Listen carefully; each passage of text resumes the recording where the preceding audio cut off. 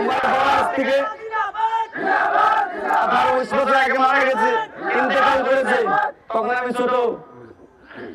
আমার অভিভাবক আছে, আমার পরিবারের হাল ধরার মতো কেউ ছিল না, কিন্তু একমাত্র আপনাদের দোয়া, আপনাদের আশীর্বাদে আজকে আমি তুই আগে আসছি। তখন আমার অঞ্চলের মুরব্বিয়ান যারা আছেন তারা আমাকে সাহস দিয়েছিলেন যে আমি তোমার পাশে আছি, তুমি এগিয়ে যাও। আর ওইটুকু আশীর্বাদ নিয়ে আজকে আপনাদের সামনে আসছি।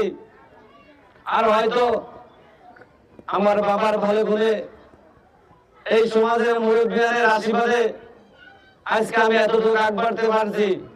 তাহলে আমার মতো একজন গরিব ঘরের একজন সাধারণ ছেলে সমরিয়া সমষ্টির মতো বিধানসভায় প্রতিনিধিত্ব করার মতো ক্ষমতা থাকতো না। আমার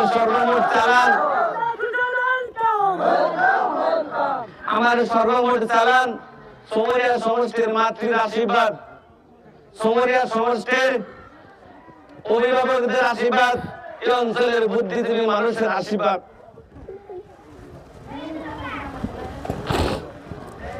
তাছাড়া আমার কিছু চালান নাই।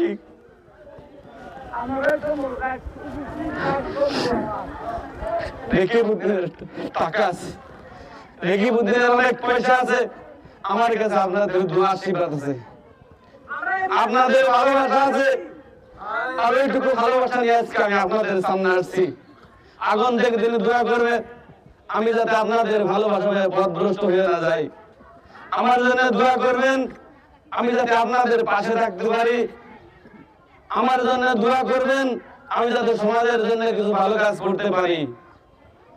আজকে সমাজের উন্নয়নমূলক অনেক কিছু আছে, অনেক কিছু করার আছে, আর সেই কাজগুলো যাতে আপনাদের পরামর্শ মতো আমি করতে পারি।